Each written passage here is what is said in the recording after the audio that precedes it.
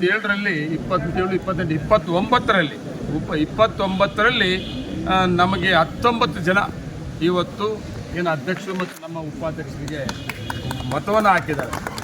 29 ಅಂದರೆ ಪ್ರೆಸ್ನವ್ರು ಕನ್ಫ್ಯೂಸ್ ಆಗ್ತಾವ್ರೆ ಏನು ಯಾಕೆ ಅಂತ. 27 elected councillors body, 27, 28 MLA, 29 MP, ಕರೆಕ್ಟೇನಪ್ಪ? 29 ಆಯಿತು. 29ರಲ್ಲಿ ನಮಗೆ 19 ಓಟು ನಮ್ಮ ಕಾಂಗ್ರೆಸ್ಸಿನ ನಮ್ಮ ಅಭ್ಯರ್ಥಿಗಳಿಗೆ 19 ಓಟು ಬಿದ್ದಿದೆ. ವಿರೋಧ ಪಕ್ಷದವರು BJP ಅವರಿಗೆ ಸುಮಿತ್ರಾ ರಾಮಮೂರ್ತಿ ಅವರಿಗೆ 7 ಓಟು ಬಿದ್ದಿದೆ, 1 ತಟಸ್ಥ ಆಗಿದೆ, 1 ಆಬ್ಸೆಂಟ್ ಆಗಿದೆ. ಮತ್ತು ಇನ್ನೊಬ್ಬ ಉಪಾಧ್ಯಕ್ಷರು ಅನಿತಾ ನಾಗರಾಜ್ ಅವರಿಗೆ 7 ಓಟ್ ಬಿದ್ದಿದೆ, 1 ತಟಸ್ಥ ಆಗಿದೆ, 1 ಆಬ್ಸೆಂಟ್ ಆಗಿದೆ. ಟೋಟಲ್ ನಾವು 19-7 BJP ಅಭ್ಯರ್ಥಿಗಳಿಗೆ 7, ಕಾಂಗ್ರೆಸ್ಸಿನ ಅಭ್ಯರ್ಥಿಗಳು ನಮ್ಮ 2 ಅಭ್ಯರ್ಥಿಗಳಿಗೆ 19. ತುಂಬ ನನಗೆ ಸಹಕಾರ ಕೊಟ್ಟಂಥ ನಮ್ಮ ಕಾಂಗ್ರೆಸ್ ಪಕ್ಷಕ್ಕೆ ನಮ್ಮ ಪುರಸಭೆ ಅಧ್ಯಕ್ಷ ಸದಸ್ಯರು ಕಾಂಗ್ರೆಸ್ ಪಕ್ಷದ ಒಗ್ಗಟ್ಟನ್ನು ಕಾಪಾಡೋ ಜೊತೆಗೆ ವಿಶೇಷವಾಗಿ ಇಂಡಿಪೆಂಡೆಂಟಲ್ಲಿ ಗೆದ್ದಿರೋರು, ಬೇರೆ ಕಡೆ ಗೆದ್ದಿರೋರು ಕೂಡ ಇವತ್ತು ಕರ್ನಾಟಕ ರಾಜ್ಯದಲ್ಲಿ ಕಾಂಗ್ರೆಸ್ ಸರ್ಕಾರ ಇದೆ. ಸಿದ್ದರಾಮಯ್ಯ ಮುಖ್ಯಮಂತ್ರಿಗಳು ನೇತೃತ್ವದಲ್ಲಿ ಕಾಂಗ್ರೆಸ್ ಸರ್ಕಾರ ಇರೋದ್ರಿಂದ ಉಪಮುಖ್ಯಮಂತ್ರಿಗಳು DK ಶಿವಕುಮಾರ್ ಅವರು ಮುಖ್ಯಮಂತ್ರಿಗಳು ಒಳ್ಳೆ ಆಡಳಿತ ಕೊಡ್ತಾ ಇದ್ದಾರೆ.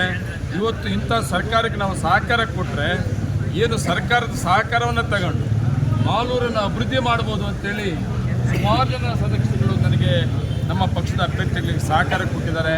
ಅವರಿಗೆ ನನ್ನ ಪಕ್ಷದ ವತಿಯಿಂದ ವಿಶೇಷವಾಗಿ ಧನ್ಯವಾದಗಳು ಹೇಳೋ ಜೊತೆಗೆ ನಾವು ಕಾಂಗ್ರೆಸ್ ಪಕ್ಷದವರು ತುಂಬ ಗೌರವವಾಗಿ ಅವ್ರು ನಡೆಸ್ಕೊಳ್ಳೋ ಜವಾಬ್ದಾರಿ ಕೂಡ ನಮ್ಮದಿದೆ. ಇವತ್ತು ಕಾಂಗ್ರೆಸ್ ಸರ್ಕಾರ ಬಂದು 1 ವರ್ಷ ಆಗಿದೆ. 1 ವರ್ಷದ ಮೇಲೆ 3 ತಿಂಗಳು ಆಯಿತು. ನಮ್ಮ ಸರ್ಕಾರ ಬಂದ ಮೇಲೆ ವಿಶೇಷ ಮಾಲೂರು ತಾಲೂಕಿಗೆ ನಮಗೆ ಸರ್ಕಾರದಿಂದ ಒಳ್ಳೆ ಯೋಜನೆಗಳನ್ನು ಕೊಟ್ಟಿದ್ದಾರೆ. ಸುಮಾರು 1,000 ಕೋಟಿ ಪ್ರಾಜೆಕ್ಟ್ಸು ಇವತ್ತು ಮಾಲೂರು ತಾಲೂಕು ಬಂದಿದೆ. 1,000 ಕೋಟಿ. ಪ್ರತಿಯೊಂದು ಸಭೆಯಲ್ಲೂ ಕೂಡ ಹೇಳ್ತಾ ಇದ್ದೀನಿ.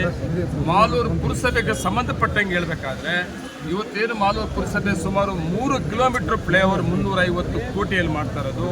ಮತ್ತು ಟೌನ್ ಲಿಮಿಟಲ್ಲಿ 4 ಲೈನ್ ರೋಡ್ ಮಾಡ್ತಾ ಇರೋದು. ವಿಶೇಷವಾಗಿ 25 ಕೋಟಿಯಲ್ಲಿ ಬಸ್ ಸ್ಟ್ಯಾಂಡನ್ನು ಈಗಾಗಲೇ ಪ್ರಾರಂಭ ಮಾಡೋಕ್ಕೆ ಎಲ್ಲ ಟೆಂಡರ್ ಪ್ರೋಸೆಸ್ಸಲ್ಲಿರೋದು. ಮತ್ತು 4.25 ಕೋಟಿನಲ್ಲಿ ಮಾಲೂರು ಕೆರೆ ಅಭಿವೃದ್ಧಿಗೆ ವಾಕಿಂಗ್ ಪಾತ್ ಮಾಡೋದು ಈಗಾಗಲೇ ಕೆಲಸವನ್ನು ಪ್ರಾರಂಭ ಮಾಡಿರೋದು. ಮತ್ತು ಇಂದಿರಾ ಕ್ಯಾಂಟೀನ್ ಮಾಡೋಕ್ಕೆ ಅವಕಾಶ ಮಾಡಿಕೊಟ್ಟಿರಲಿಲ್ಲ ಮೊದಲಿನ ಸರ್ಕಾರ. ನಾವು ಇಂದಿರಾ ಕ್ಯಾಂಟೀನ್ ಮಾಡಬೇಕು ಅಂತ ಹೋದರೆ ಸಿದ್ದರಾಮಯ್ಯವರು ಒಂದು ಕೊಟ್ಟಂಥ ಅವಕಾಶವನ್ನು ಮಾಲೂರು ತಾಲೂಕಿಗೆ ವಂಚಿತರಾಗಿದ್ವಿ. ಅದಕ್ಕೂ ಕೂಡ ನಮ್ಮ ಸರ್ಕಾರ ಬಂದ ಮೇಲೆ ಇವತ್ತು ಜಾಗವನ್ನು ಗುರುತಿಸಿ ಇಂದಿರಾ ಕ್ಯಾಂಟೀನ್ ಉದ್ಘಾಟನೆ ಆಗುವಂಥ ಇವತ್ತು ಕೆಲಸ ಕಂಪ್ಲೀಟ್ ಮುಗಿದಿರೋದು. ಎರಗೋಳ್ ನೀರನ್ನು ವಿಶೇಷ ಮಾಲೂರು ಟೌನಕ್ಕೆ ಎರಗೋಳ್ ನೀರನ್ನು ತಂದಿದ್ದು ಮತ್ತು ವಿಶೇಷವಾಗಿ ಫ್ರೀ ಸೈಟನ್ನು ಕೊಡೋದು. ಸುಮಾರು ನಮ್ಮ ನಾಗರಾಜ್ ಸಾಹೇಬರು ಶಾಸಕರಾಗಿದ್ದಂಥ ಸಂದರ್ಭದಲ್ಲಿ ನಮ್ಮ ಮಾಲೂರು ಟೌನಲ್ಲಿ ಯಾರ್ಯಾರಿಗೆ ಸೈಟ್ಲೆಸ್ ಇದ್ದಾರೆ ಅವ್ರಿಗೆಲ್ಲ ನಾವು ಆಶಯ ಇದರಲ್ಲಿ ಫ್ರೀ ಸೈಟ್ ಕೊಡ್ತೀವಿ ಅಂತೇಳಿ ಸಾಹೇಬರು ಎಲ್ಲ ನಾಗರಾಜ್ ಸಾಹೇಬ್ರ ಪೆಟಿಷನ್ ತಗೊಂಡಿದ್ದೀವಿ. ತಕ್ಷಣ ಸರ್ಕಾರ ಮತ್ತು ಶಾಸಕರು ಬದಲಾವಣೆ ಆದಮೇಲೆ ಅದು ಹಂಗೆ ಪೆಂಡಿಂಗ್ ಇತ್ತು. ಮತ್ತು BJP ಶಾಸಕರು 35,000 ರೂಪಾಯಿ ಒಬ್ಬೊಬ್ಬರ ಹತ್ರ ಕಟ್ಸ್ಕೊಂಡು ಖಾಸಗಿ ಜಾಗವನ್ನು ತೆಗೆದು ನಿಮಗೆ ಲೇಔಟನ್ನು ಕೊಡ್ತೇನೆ, ಲೇಔಟ್ ಮಾಡಿ ಫ್ರೀ ಸೈಟನ್ನು ಕೊಡ್ತೀನಿ ಅಂತೇಳಿ 35,000 ರೂಪಾಯಿ ದುಡ್ಡು ಕಟ್ಸ್ಕೊಂಡಿದ್ರು. ಆ 35,000 ಸುಮಾರು 3.5 ಕೋಟಿ ರೂಪಾಯಿ ಪುರಸಭೆ ಅಕೌಂಟಲ್ಲಿತ್ತು. ನಾನು ಕಾಂಗ್ರೆಸ್ ಶಾಸಕರಾಗೋಕ್ಕೆ ಮೊದಲು ಸುಮಾರು 15 ವರ್ಷ ಕಾಂಗ್ರೆಸ್ ಶಾಸಕರಿರಲಿಲ್ಲ.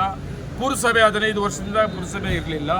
ನಾನು ಶಾಸಕನಾಗಬೇಕು ಕಾಂಗ್ರೆಸ್ ಪಕ್ಷದಲ್ಲಿ ಅಂತ ಬಂದಾಗ ಒಂದು ಮಾತನ್ನು ಕೊಟ್ಟಿದ್ದೆ. ನಾನು ಏನೇನು ನಮ್ಮ ತಾಲೂಕಿನ ಆಡಳಿತವನ್ನು ಮಾಡ್ತೀವಿ ಅಂತ ಹೇಳಿದ್ವು. ಅದರಲ್ಲಿ ವಿಶೇಷ ಮಾಲೂರು ಟೌನ್ ಸಂಬಂಧಪಟ್ಟಂಗೆ ಫ್ರೀ ಸೈಟ್ಗಳು ಕಾಂಗ್ರೆಸ್ನ ಶಾಸಕರಿದ್ದಾಗ ಏನು ಭರವಸೆ ಕೊಟ್ಟಿದ್ರು, BJP ಶಾಸಕರು 2 ಅವಧಿಗಾದರೂ ಕೂಡ ಅವ್ರು ಕೊಡೋಕ್ಕಾಗಿರಲ್ವೋ ಅದನ್ನು ನಾನು ಕೊಡ್ತೇನೆ.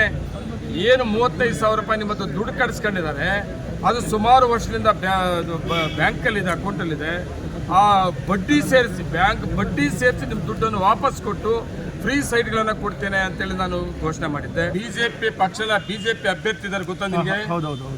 BJP ಪಕ್ಷ ಆಗಿದ್ದಾರೆ, BJP ಕ್ಯಾಂಡಿಡೇಟ್ ಆಗಿದ್ದಾರೆ, ಅಭ್ಯರ್ಥಿ ಹಾಕೂಡ್ದಾಗಿತ್ತು. ಅವರು BJP ಕ್ಯಾಂಡಿಡೇಟ್ ಇದ್ದಾರಲ್ಲ, ಅವ್ರೇನು BJP ಇವತ್ತು ಬಂದಿಲ್ಲ. ಅವರು ಯಾರು ನಾವು ಮಾಡಿರೋ ಕ್ಯಾಂಡಿಡೇಟ್ ವಿಜಯಲಕ್ಷ್ಮಿ ಅವರು ಸುಮಾರು ವರ್ಷಗಳಾಗಿದೆ ನಮ್ಮ ಪಕ್ಷಕ್ಕೆ ಬಂದು.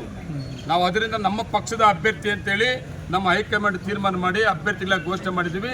ಅವರು ಬಿಜೆಪಿ ಅಭ್ಯರ್ಥಿ ಸಪ್ರೇಟ್ ಹಾಕೊಂಡಿದಾರಲ್ಲ, ಬಿಜೆಪಿ ಅಂತ ಹೇಳು. ಅಲ್ಲ ಸರ್, ಅವ್ರು ಎಲೆಕ್ಟ್ ಆಗಿದ್ದು ಯಾವ ಪಾರ್ಟಿಯಿಂದ ಅಂತ ಸದಸ್ಯರಾಗಿ ಆಮೇಲೆ ಒಂದು ನೋಡೋಣ. ಅಲ್ಲ ಸರ್, ಆಪರೇಷನ್ ಮಾಡಿದ್ರು ನಮ್ಮ ಇವ್ರು ಹೇಳ್ತಾರೆ